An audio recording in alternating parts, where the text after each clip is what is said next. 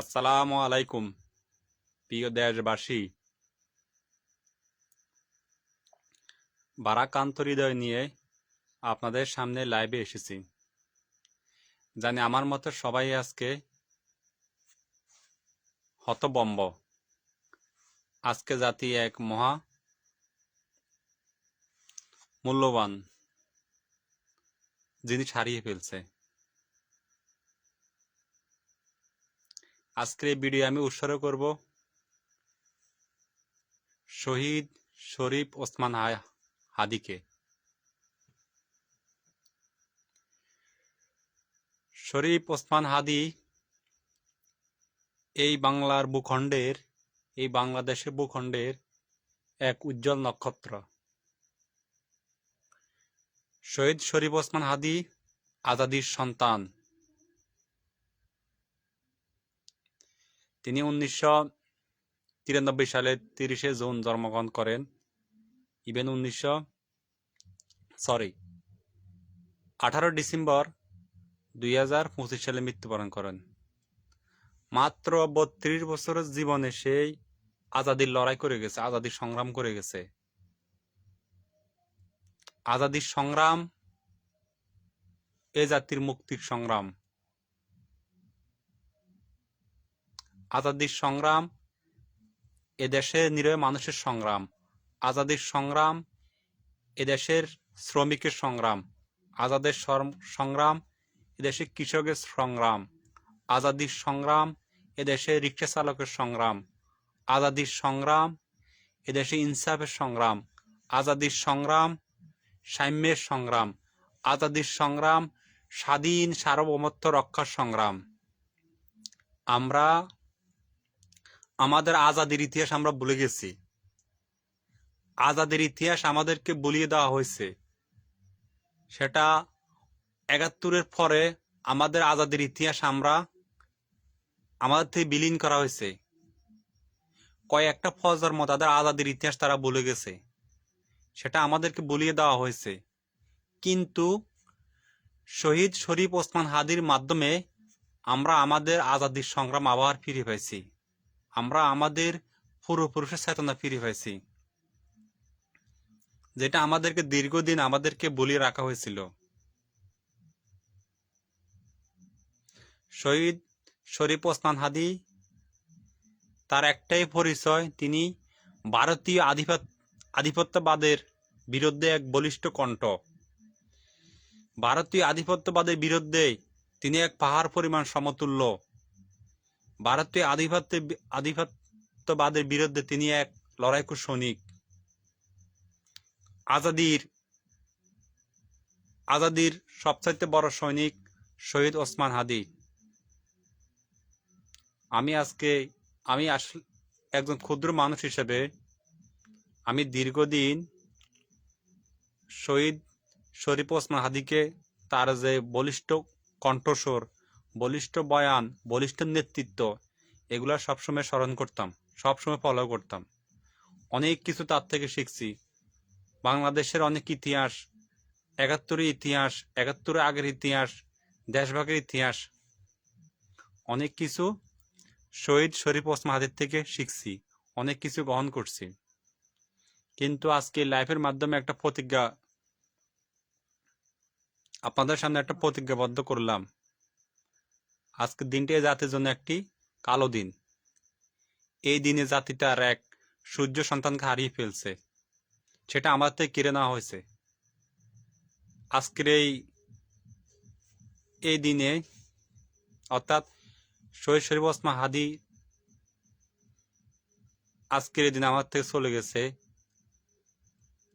আজকের দিনে স্মরণ করছি, যতদিন বেঁচে থাকবো ততদিন ভারতীয় আধিপত্যবাদের বিরুদ্ধে লড়াই করে যাব ইনশাল্লাহ। আমরা প্রত্যেককে আমরা যারা ওসমান হাদিকে ভালোবাসি, যারা ওসমান হাদিকে ফলো করি, কারণ ওসমান হাদিকে ভালোবাসা না এমন কোনো মানুষ নাই। ওসমান হাদি ছিল গরিবের বন্ধু। ওসমান হাদি ছিল হতদরিদ্র মানুষের কণ্ঠস্বর। ওসমান হাদি ছিল একজন রিকশাওয়ালার কণ্ঠস্বর। ওসমান হাদি ছিল একজন শ্রমিকের কণ্ঠস্বর।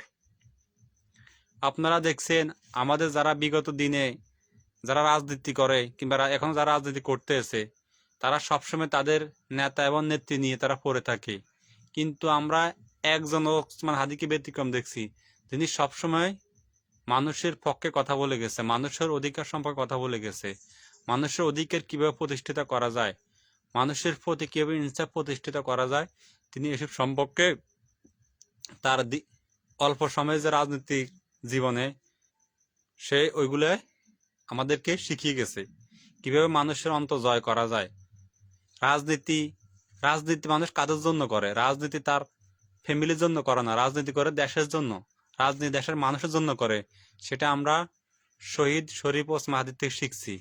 একটা রাজনীতিবিদ কেমন হওয়া উচিত, একটা রাজনীতিবিদের চরিত্র কেমন হওয়া উচিত, একটা রাজনীতিবিদের বাসা কেমন হওয়া উচিত, একটা রাজনীতিবিদ কিভাবে মানুষের দুয়ারে যাবে, কিভাবে মানুষের অন্তরে প্রবেশ করবে, সেটা এই খণ্ডকালীন সময়ে শহীদ শরীফ ওসমান হাদি আমাদেরকে শিখিয়ে গেছে। সে একটা পর্দা সূচনা করে গেছে, যেটা আগামীর বাংলাদেশ কিভাবে চলবে, আগামীর বাংলাদেশের ভবিষ্যৎ কেমন হবে, সেটা আমাদের রাজনীতিবিদদেরকে সে শিখিয়ে গেছে। অর্থাৎ শরীফ ওসমান হাদিকে যারা হত্যা করছে, আপনারা জানেন বাংলাদেশে আমাদের যে অমূল্য রত্ন শহীদ ওসমান হাদিকে আমাদের থেকে কেড়ে নিচ্ছে, সেটা নিঃসন্দেহে সেটা ছিল ভারতের গোয়েন্দা সংস্থা, সেটার সাথে জড়িত ছিল। ভারতের গোয়েন্দা সংস্থার পাশাপাশি বাংলাদেশের যে বিগত ফ্যাসিস্ট সরকারের যে লেসপেন্সার আছে তারা জড়িত ছিল। পাশাপাশি বাংলাদেশে যারা প্রশাসনের মধ্যে, যারা এক ডিফেন্সের মধ্যে, সিভিলিয়ানের মধ্যে যারা এখনো বিগত স্বৈরাচারের লেসপেন্সার ছিল, সাইড ছিল, তারা ওটার সাথে জড়িত। তাদের সবার চক্রান্তে, সবার পরিকল্পনা ওসমান হাদিকে হত্যা করা হয়েছে। কিন্তু আজকে তারা বুঝতে পারছে, তারা একজন ওসমান হাদিকে হত্যা করে, একজন ওসমান হাদিকে শহীদ করে তারা লক্ষ লক্ষ ওসমান হাদি তৈরি করে গেছে। তারা বুঝতে পারছে তারা শহীদ ওসমান হাদিকে হত্যা করা তাদের ভুল ডিসিশন ছিল। কারণ আমাদের যে চেতনা, শহীদ ওসমান হাদির যে একটা চেতনা ছিল, সেটা কয়েক লক্ষ গুণ কোটি বৃদ্ধি হয়েছে। আজকে তার আমরা প্রকাশ পাইছি তার জানাজার মধ্যে। অর্থাৎ একজন ওসমান হাদি আমার থেকে চলে গেছে, লক্ষ লক্ষ ওসমান হাদি আগামী দিনে আরো এরপরের প্রজন্ম এই বাংলার ভূখণ্ড, এই বাংলাদেশের ভূখণ্ড, এই স্বাধীনতার রক্ষায়, এই আজাদির সংগ্রামে, এই আজাদির পতাকা, এই ইসলামী সার্বভৌমত্বের পতাকা, ইসলামী সাংস্কৃতিক পতাকা, ইনশাল্লাহ আজাদির সন্তানরা বংশে ক্রমান্বয়ে তারা সেই পতাকা উত্তোলন করবে। আমরা আমাদের প্রজন্ম, আমাদের নেক্সট প্রজন্মকে আমরা ইনশাল্লাহ এগুলো বলে যাব। আমাদের একজন ওসমান হাদি ছিল, আমাদের একজন আব্রাহার ছিল, আমাদের একজন আবু সাইদ ছিল, আমাদের একজন ওয়াসিম ছিল, আমাদের অসংখ্য জুলাই বিপ্লবী ছিল, আমাদের একজন আল্লামা দেলোয়ার হোসেন সাইদি ছিল, আমাদের একজন সালাউদ্দিন কাদের ছিল, আমাদের একজন ওয়াসিম ছিল। অসংখ্য অসংখ্য শহীদ আমাদের ছিল, যারা ভারতীয় আধিপত্যবাদের বিরুদ্ধে দাঁড়াতে গিয়ে তাদের জীবন দিছে।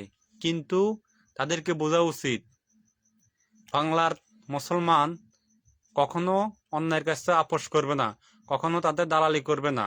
কারণ মুসলমানের রক্ত সেটা দালালির জন্য না, সেটা হচ্ছে শাহাদাতের জন্য সবসময় টকবক করে। সেটা আমরা আমাদের পূর্বপুরুষ থেকে দেখে আসছি। আমাদের পূর্বপুরুষ, ইভেন আমাদের প্রজন্ম আমাদেরকে শিখিয়ে গেছে। ইনশাল্লাহ আগামী দিনে আমাদের প্রত্যেকের ঘরে ঘরে যারাই ওসমান হাদিকে ভালোবাসেন, যারাই ওসমান হাদি আদর্শকে লালন করেন, যারা ওসমান হাদিকে একটা আদর্শ মনে করেন, তার রেখে যাওয়া কাজগুলোকে অবশ্য আগামী দিনে প্রত্যেকের ঘরে ঘরে একজন ওসমান হাদি তৈরি করবেন, একজন ওসমান হাদি তৈরি হবে।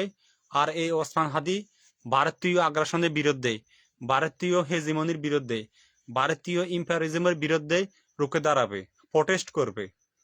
আপনারা জানেন ইতিমধ্যে ওসমান হাদিকে নিয়ে ওয়ার্ল্ডের যে টপ ক্লাস নিউজ পেপারগুলো আছে, ওয়ার্ল্ডের টপ যে চ্যানেলগুলো আছে, প্রত্যেকটা চ্যানেল ওসমান হাদিকে যেভাবে হাইলাইটস করছে, যেভাবে তারা উপস্থাপন করছে, যেভাবে তারা ওসমান হাদিকে যে জুলাইয়ের ইউথ লিডার, ইভেন ভারতীয় হেজিমনির বিরুদ্ধে, ভারতীয় ইম্পেরিয়ালিজমের বিরুদ্ধে সে যেভাবে লড়াই করছে, বিগত ফ্যাসিস্টের বিরুদ্ধে সে যেভাবে লড়াই করছে, প্রত্যেকটা কলামে এগুলা প্রকাশ পাইছে।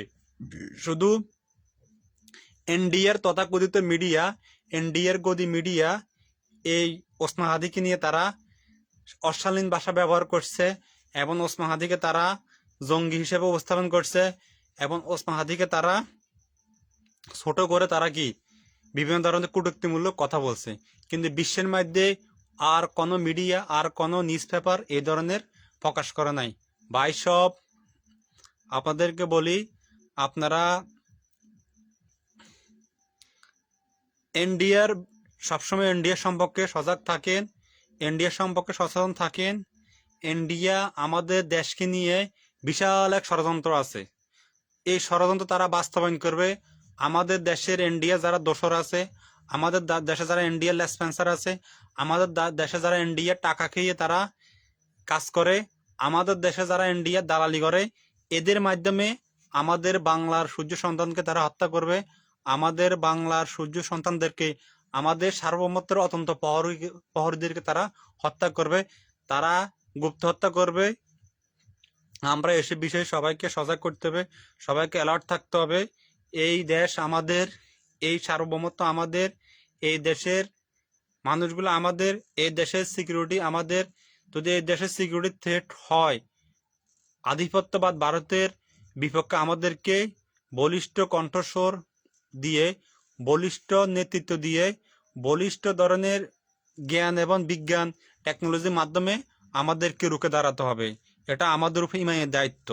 দেশকে রক্ষা করা, দেশের মানুষকে রক্ষা করা, সার্বভৌমত্ব রক্ষা করা এবং সার্বভৌমত্বের হুমকি মোকাবিলা করা, এটা এজ আ মুসলিম হিসাবে আমাদের ইমানি দায়িত্ব। অর্থাৎ আজকের দিনে আমরা শহীদ শরীফ ওসমান হাদির রেখে যাওয়া তার যে লক্ষ্য ছিল, তার যে উদ্দেশ্য ছিল, তার যে আজাদির সংগ্রাম, আজাদি আন্দোলন, আজাদি মুভমেন্ট, তার রেখে যাওয়া ইনকলাব মঞ্চের যে অসমাপ্ত কাজ, তার রেখে যাওয়া ইনকলাব কালচারাল সেন্টারের যে কাজ, ইনশাল্লাহ আমরা প্রত্যেকটা